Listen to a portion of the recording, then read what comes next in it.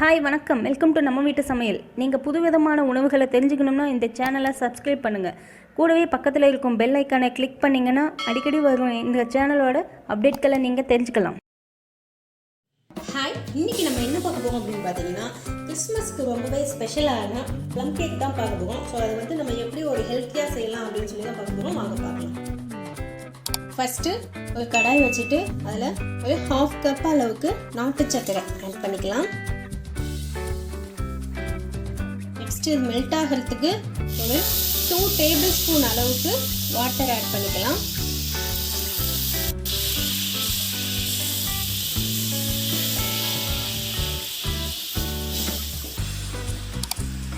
Jaggery வந்து ரொம்ப நமக்கு மெல்ட் பண்ணணும், அதாவது ஒரு கம்பி பதம் அப்படிங்கிற மாதிரிலாம் கிடையாது.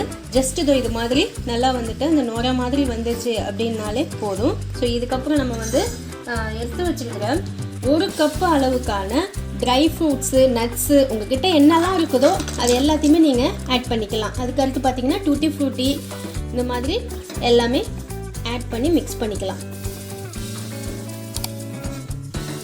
ஒரு 2 மினிட்ஸுக்கு நல்லா இதை சாட்டே பண்ணி எடுத்துக்கலாம்.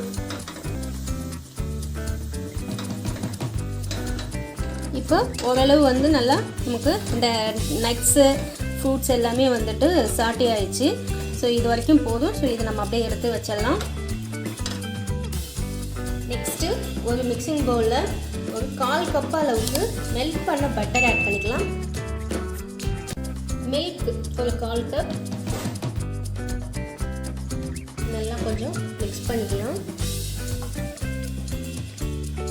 இது அப்படியே இருக்கட்டும்.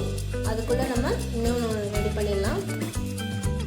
ஆல்ரெடி ஜாகரி மிக்ஸில் நம்ம ஆட் பண்ணியிருக்கிற இந்த ட்ரை ஃப்ரூட்ஸ் நட்ஸு அது கொஞ்சம் லைட்டாக ஆறுனதும் அதில் ஒரு 1/2 கப் அளவுக்கு ஆரஞ்சு ஜூஸ் ஆட் பண்ணி நல்லா மிக்ஸ் பண்ணிக்கலாம்.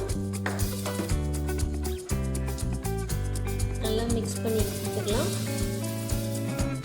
சும்மா ஜஸ்ட் ஒரு 1 மினிட் சோக்காக இருந்தால் போதும்.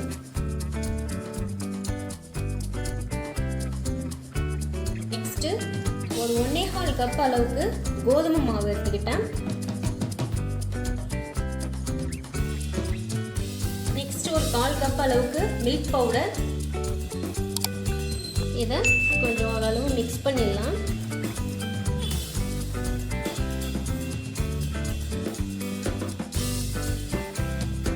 One teaspoon baking powder, 1/4 teaspoon baking soda. இந்த பவுடர் பார்த்தீங்க அப்படின்னாக்கா நம்ம இந்த அதாவது சின்னமன் ஒரு 1/2 இன்ச்சுக்கு, அடுத்து ஒரு 3 கார்டமன், அதுக்கப்புறம் 2 கிராம்பு, 1 டேபிள் ஸ்பூன் சுகரு, 1/2 டீஸ்பூன் சுக்கு பவுடர். இது எல்லாத்தையும் நல்லா பவுடர் பண்ணி எடுத்து வச்சுருக்கேன்.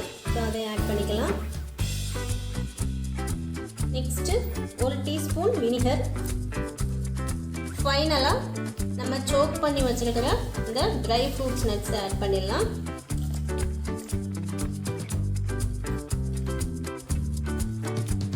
நல்லா மிக்ஸ் பண்ணிக்கலாம்.